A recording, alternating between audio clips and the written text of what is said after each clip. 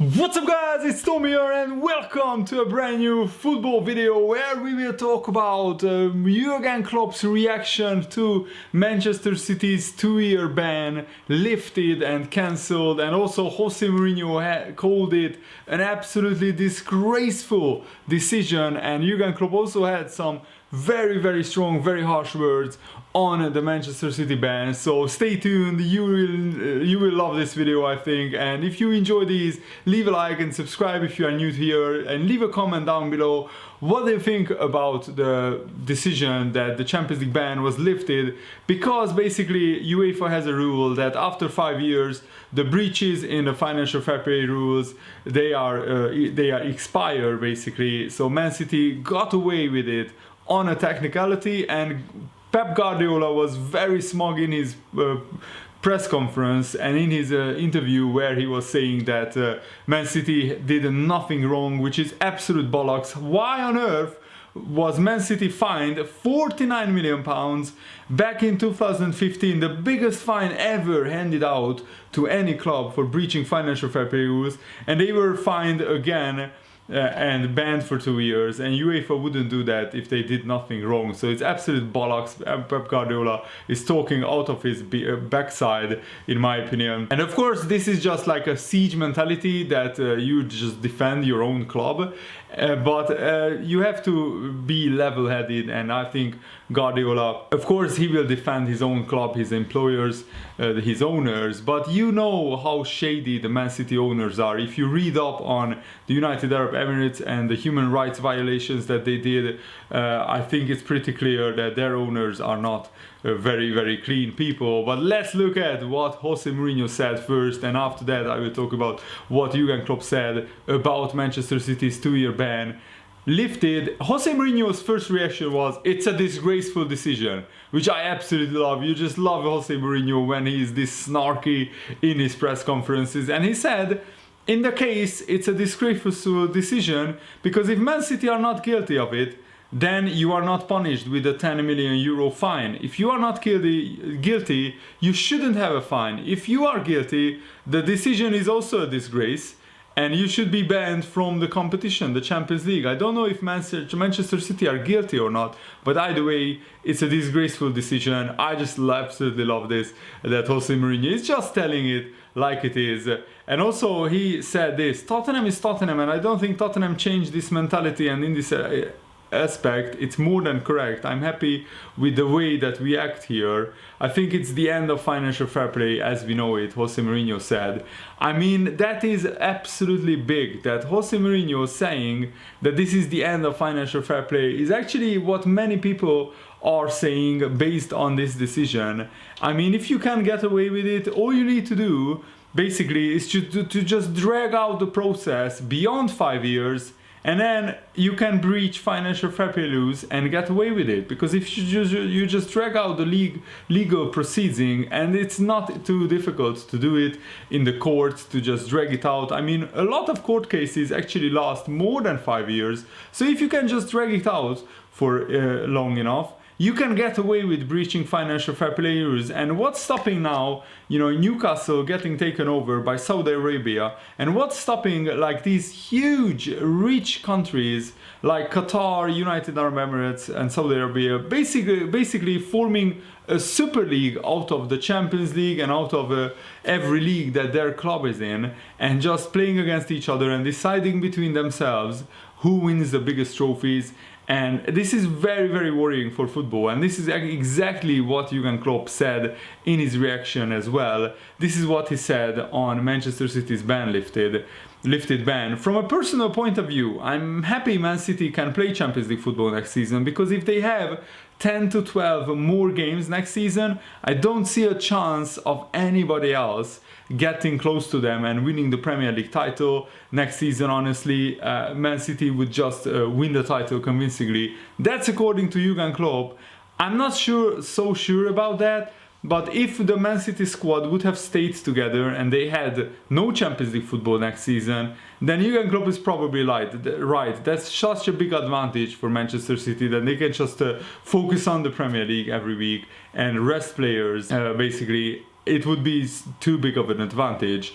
And also, Jurgen Klopp had very strong words about this. I don't think yesterday was a good day for football, to be honest. And I quote Jurgen Klopp here. I think financial fair play is a good idea. It's there to protect teams. It's there to protect the competition as well. That was the idea from the start, that nobody overspends beyond their means. The clubs have to make sure that before the season they have the money available to spend over the season from the right sources, if you know what I mean. This is what Jurgen Klopp said. I come from Germany. I'm educated in a completely different system. It's a different club structure, not an owner system like in England. And you as a club get your license before the season for the competition that you enter, like the Bundesliga or the Bundesliga 2 or the third league in Germany. And if you can't get your license before the season, you can't be part of the competition. And how it works in Germany and how it works in my country, Hungary as well, you have to show proof that financially you are stable, you got all the right resources to basically not just start the season, but finish the whole season. You can pay the salaries of the footballers, you can maintain your club throughout the season. You basically have to show that you have all the financial means to compete in that league that you are about to enter and just finish the season and also remain competitive. And also you have to show proof that you have the right resources coming in, sponsorship deals and everything, and they are not like fraudulent and overinflated and everything else. So it's a different system in Germany. And Jurgen Klopp also said this: I really hope that financial fair play stays and it gives at least kind of borders to go to for the clubs and not to over those borders. And I think Jurgen Klopp hit the nail on the head with the next few sentences that he said. If the richest countries in the world can do whatever they want in football and they can spend whatever they want, that would make the competition really difficult. And he isn't just talking about the Premier League. He's talking about the Champions League and also the French League, the Bundesliga, the Spanish League, the Italian League. Jurgen Klopp says this: what would automatically lead to a World Super League with like 10 clubs if the richest countries just owned the football clubs? I don't know exactly the clubs who would be part of that. It would depend on the owners of the clubs and not on the names of the clubs, and they can just play against each other. I don't know exactly why this was the judgment, the decision. I only read parts of the verdict yesterday, and when I think the more detailed verdict will come out on Wednesday. The Court of Arbitration for Sport will release that on Wednesday probably, and after that we will know more details on exactly why Manchester City's ban was lifted. And Ian Herbert, who is a journalist working for the Daily Mail, summed up this situation that Manchester City basically escaped and evaded the 2-year ban from Champions League football perfectly, I think. He said the optics, as they say in the PR world, are absolutely terrible for Manchester City. The significant small details behind stories like this tend to get crushed these days. But some of those who worked for Manchester City, as their corporate structure became increasingly labyrinth during the struggle to comply with financial fair play rules around 2012, more than 5 years ago, have been left astonished by the judgment from the Court of Arbitration for Sport. They were always skeptical about a mysterious company called Fordham Sports image rights, to which the club had sold their image rights income stream to earn themselves a £24.5 million lump sum needed to pass financial fair play at that time. Despite dumping that money onto the balance sheet, the club were still handling and earning from image rights themselves, which is absolutely disgraceful that Man City did this and they are allowed to get away with it. Basically, they are still selling their image rights, but they also, on paper, sold their image rights to another company, and they get a £25 million for that selling of those image rights. But in reality, the image rights were still sold by Manchester City, so basically they are earning double on just image rights, which is just, I mean, such a scummy thing to do. And also other staff at the club were at a loss at Manchester City to explain why their wages were suddenly being paid by the City Football Group set up to provide services to other companies and clubs within the city stable, and so reduce the club's headline wage bill. Those staff could not see how they were working for anyone other than Manchester City. So basically, Man City were not paying those staff, but City Football Group were set up. It's a different company, but it was still funded by the Man City owners, and the salaries of Manchester City employers were paid by that company and not Manchester City themselves. This is so shady as well. The moral of the story for anyone seeking to avoid embarrassment, the journalist continues, that Man City have experienced is don't send emails, because it was a leaked email to Der Spiegel which suggested the club was blatantly attempting to inflate commercial contracts and cash in on image rights.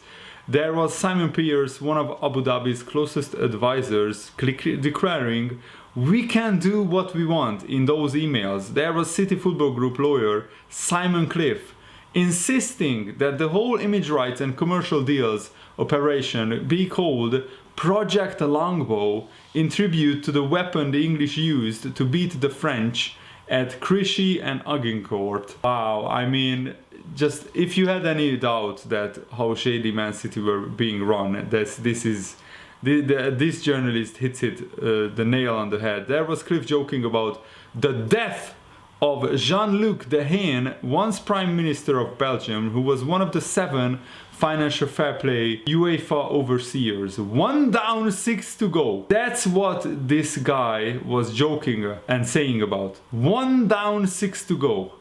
Can you imagine that? There were 7 financial fair play UEFA overseers who were basically just overseeing the investigation. One of them died, and this guy, one of the employers of Manchester City, were joking in an email, 1 down, 6 to go. And this is a grown man, not like a 13-year-old kid chatting on a gaming server.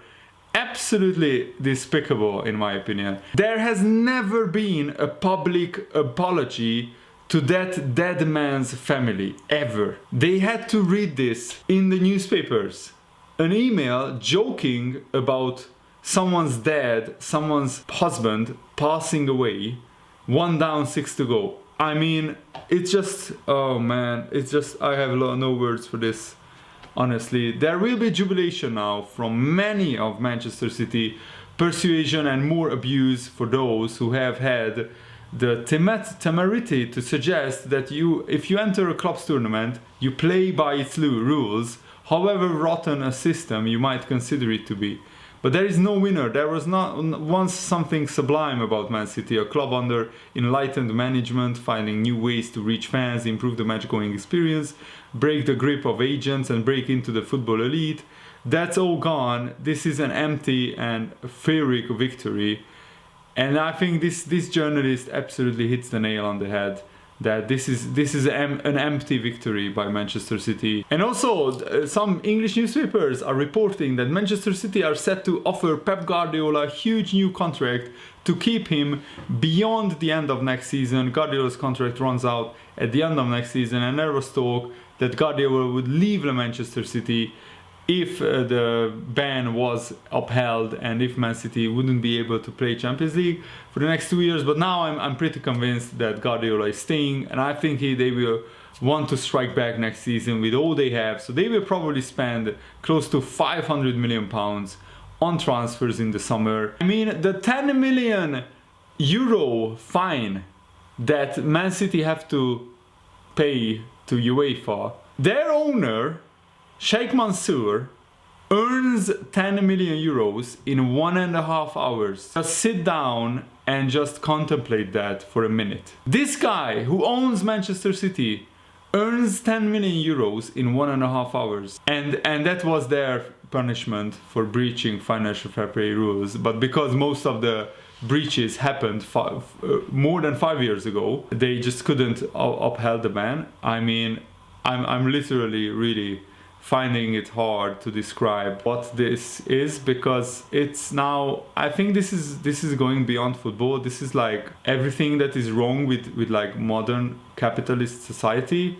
If one man can earn more in an hour than a normal working class man or woman can earn in their whole lifetime, like 40 years working at a job, you earn less money than this guy earns in 1 hour sleeping, for example, in the middle of the night. That is absolutely incredible. I mean, yes, it's also it's great for some people, capitalist society, that you can rise up from nothing and really earn a very good wage, but for like most people, I just struggle to justify this amount of money. I mean, whoever needs this amount of money, like what would you do with it? I don't understand like how the differences are just so vast now that like normal people can't really wrap their head around it, how much money these guys have. And the Man City owners aren't even the richest owners. If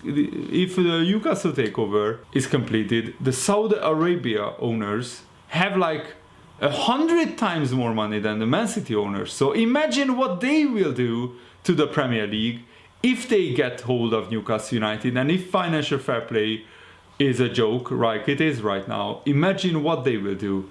Absolutely incredible to me that this is happening in football, and Jurgen Klopp is right. I think this was a sad day for football that this decision was made, because it just makes a mockery of all the clubs who are following the rules, or all the other clubs who are complying to the financial fair play rules. Man City are just laughing all the way to the bank. So now, instead of Man City losing £200 million in 2 years because of no Champions League football, instead of them losing Pep Guardiola, losing Raheem Sterling, Kevin De Bruyne, they can keep all their best players, plus spend hundreds of £millions on players. They are already linked with Kalidou Koulibaly, who would cost around £100 million. And if Man City signed Koulibaly, oh my goodness, how can Liverpool stop them? I mean, I'm serious. Liverpool are an amazing team, but we have to be this consistent for the 3rd year in a row and target 100 points again, because next season Manchester City, with a fit Laporte, a fit John Stones, and a fit Kalidou Koulibaly, they will have a much better defense. And going forward, Man City are already like the top scorers in the Premier League, and they will be the top scorers going forward. So I'm not sure what will happen next, but I think that football is in danger of going this way, that Jurgen Klopp envisaged that a Super League will form around the clubs that the richest countries own, and that it doesn't even matter what that club's name is. I mean, Man City were a nothing club before the owners of took over. In terms of like competing for the Premier League title, they were a decent sized club, don't get me wrong. They were like the 7th, 8th biggest club in England, probably, in terms of the history of Manchester City. So that's very respectable, but they weren't nowhere near even the top 6, nowhere near. Now they are, you know, winning every domestic trophy apart from the Premier League this season, because my Liverpool won the Premier League this season. Get in there, guys. So yeah, I just wanted to share my thoughts, and also Pep Guardiola's and Jose Mourinho's and Jurgen Klopp's reaction to the Manchester City ban lifted. Let me know what you think in the comments below, and thanks for watching, guys. Hope you enjoyed this. See you later. Goodbye.